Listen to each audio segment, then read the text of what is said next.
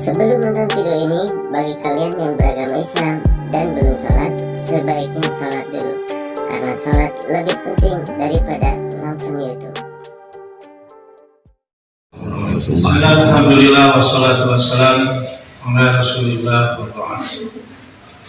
Bapak hadirin kaum muslimin di sholat isya yang mulia, kehidupan kita di dunia ini adalah kehidupan yang sementara, yang mana ini adalah merupakan kehidupan yang akan dipertanggungjawabkan di hadapan Allah Subhanahu wa Ta'ala. Orang-orang yang telah sukses menjalankan kehidupan para nabi alaihi wassalatu wassalam, para sahabat radhiyallahu anhum ajma'in. Ini adalah contoh kehidupan yang sukses bagi kita.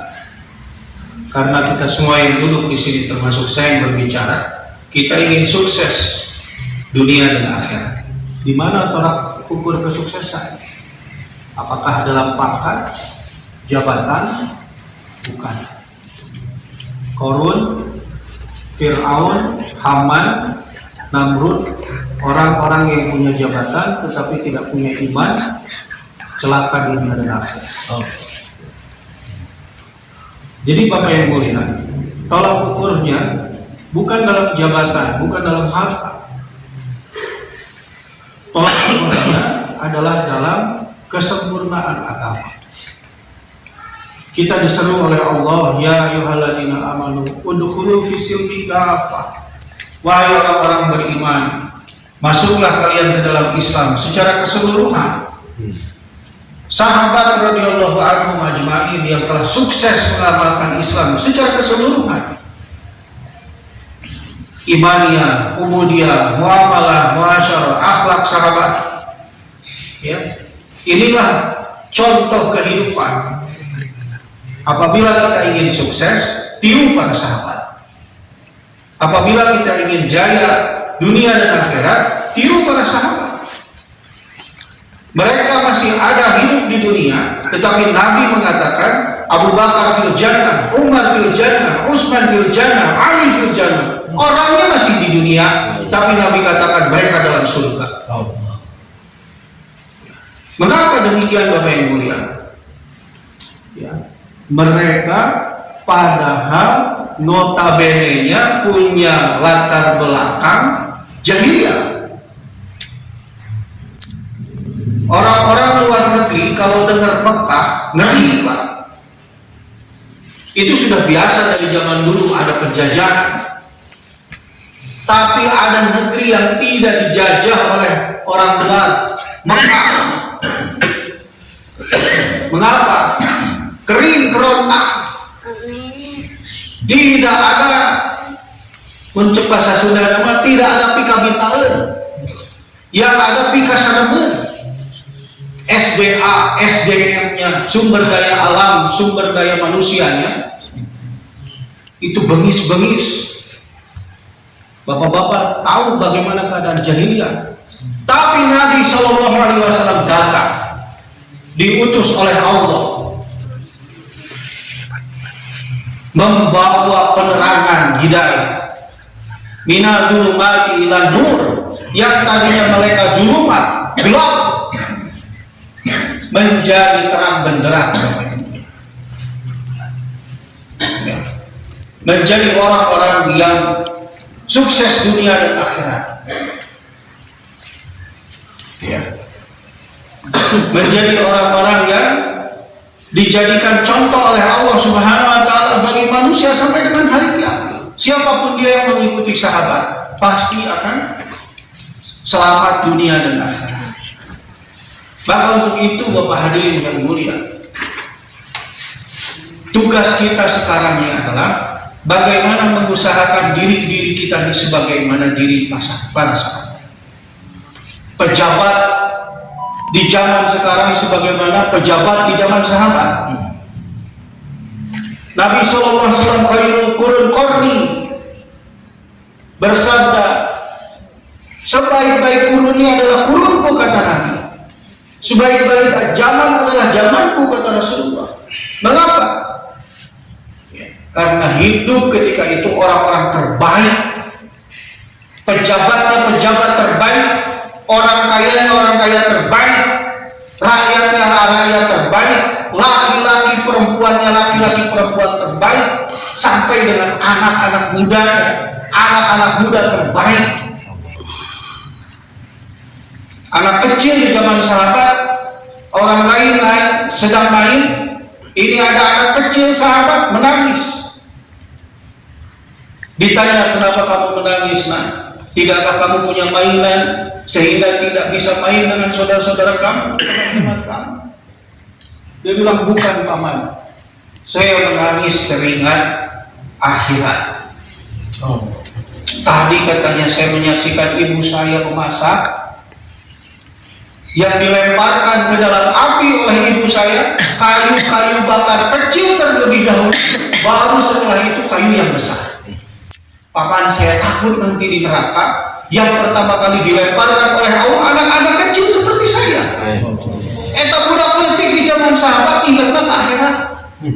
Punten pak orang bagus kuisan kita eling-eling akhirat. Maka kalau Bapak jadi pejabat, jadilah pejabat seperti sahabat. Kalau kita jadi orang kaya, jadilah orang kaya seperti sahabat. Kalau kita rakyat biasa, jadilah rakyat biasa seperti mana? Sahabat.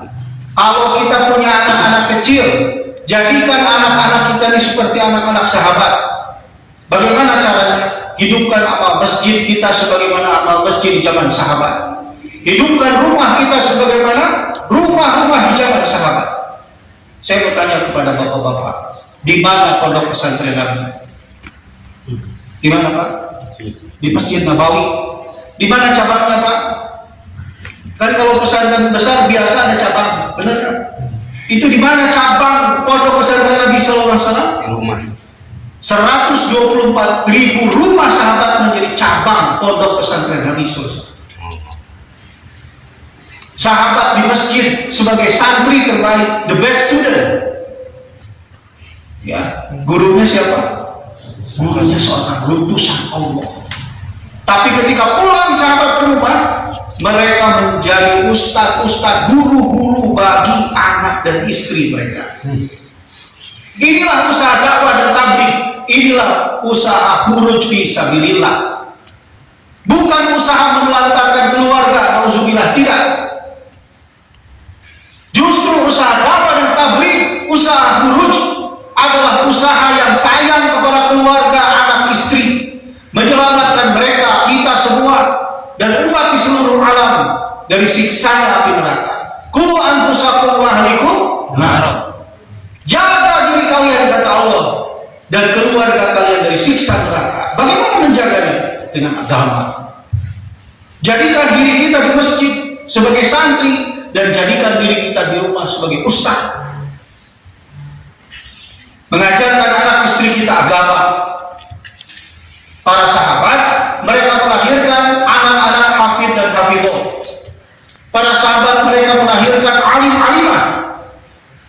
Para sahabat mereka melahirkan anak-anak hadirin yang menjadi kader-kader Islam terbaik. Nabi punya santri namanya Abu Hurairah radhiyallahu anhu, hafal hadisnya 5.600. Santri Nabi itu di masjid. Nabi punya santri di rumahnya sendiri, istrinya sendiri. Aisyah radhiyallahu anha hafal hadisnya 2.500 hadis. Untuk orang Cicurug istrinya hafal seberapa hadis? Ya, istri Nabi 2.500 hadis.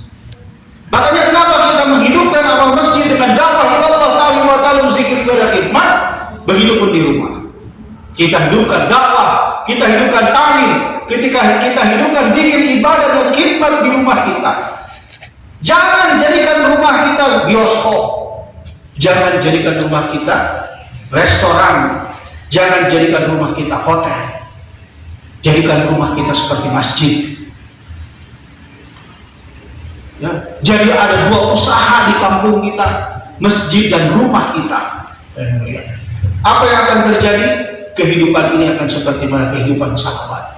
Cuma satu masjid di zaman Nabi dan sahabat, tapi ajib ini masjid nih Pak, dihidupkan oleh Nabi, ini menjadi asbab kebaikan, asbab hidayah ke seluruh dunia. Hari ini di Indonesia saja, satu negara ini kita punya 1.200.000 masjid. Tapi kenapa tidak menjadi asbab kebaikan? Ya, karena kita tidak menghidupkan masjid kita sebagaimana masjid Nabi dan para sahabat. Siapa Bapak Ibu mulia? Bagaimana caranya? Masjid Nabi dan sahabat hidupnya berapa lama Pak? Dalam sehari? 24 jam. Untuk tapal betul hukum tidak 24 jam. Siapa santrinya? Ashabus Sufa 100 orang, termasuk Abu Hurairah. Nabi menjadikan Ibnu Umar, Ibnu Abbas radhiyallahu ta'ala anhuma itu jadi santri-santri Nabi di masjid. Saya punya guru Maulana Harun namanya, semoga Allah kembalikan dia ke Nizamuddin. Amin. Dia katakan mujtahid di zaman sahabat 2 saja. Ibnu Umar di Madinah, Ibnu Abbas di Mekah. Itu di mana mereka dijadikan mujtahid? Di masjid, bukan di universitas. Ya. Siapa mufti di zaman sahabat? Mu'adz bin Jabal. Di mana jadi mufti? Di masjid. Kita mau jadikan anak-anak kita seperti apa sekarang? Orang kafir menggempur anak-anak kita dengan game online. Semalaman suntuk anak-anak kita nggak tidur. Terus kita diam-diam saja nggak ada kerisauan. Kader kita nih Pak. Kader bangsa, kader keluarga, kader agama dihancurkan oleh orang-orang kafir. Tapi kita diam-diam. Maka siap bergerak insya Allah. Dengan apa melawannya? Dengan la ilaha illallah. Dengan iman yang kuat. Orang kafir nggak akan takut dengan persenjataan, dengan jumlah kita dikumpulin jutaan orang, nggak gempa, nggak ngeri orang kafir. Tapi yang ditakutin oleh orang kafir kalau masjid sholat subuhnya sebagaimana sholat subuh sholat Jumat. Satu jemaah dakwah dari Singapura dikirim ke Israel. Cuman Singapura yang dapat visa Israel Pak. Di Israel ada 3 markas dakwah. Ini bukan usaha kaleng-kaleng Pak. Anak zaman now kan bilangnya kaleng-kaleng gitu kan. Ini bukan usaha kaleng-kaleng. Ini usaha di seluruh dunia. Israel ada 3 markas dakwah. Jemaah Singapura dikirim ke sana. Ditanya mereka, karena pakaiannya seperti ini, kalian orang Islam? Betul. Saya bertanya, di negeri kamu sholat subuh sudah sama dengan sholat Jumat? Jemaah bilang belum. Makanya orang Yahudi bilang, berarti kejayaan agama kamu masih jauh. Agama kamu akan jaya kalau sholat subuh kamu sama dengan sholat Jumat.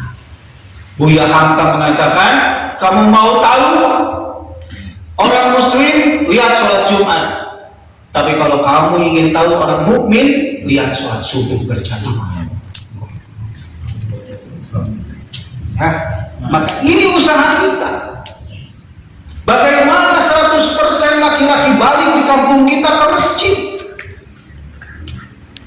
Ini tanpa terkecuali. Satu orang saja di zaman Umar menjadi khalifah, satu orang nggak ke masjid, namanya Sulaiman bin Abi Hakmah.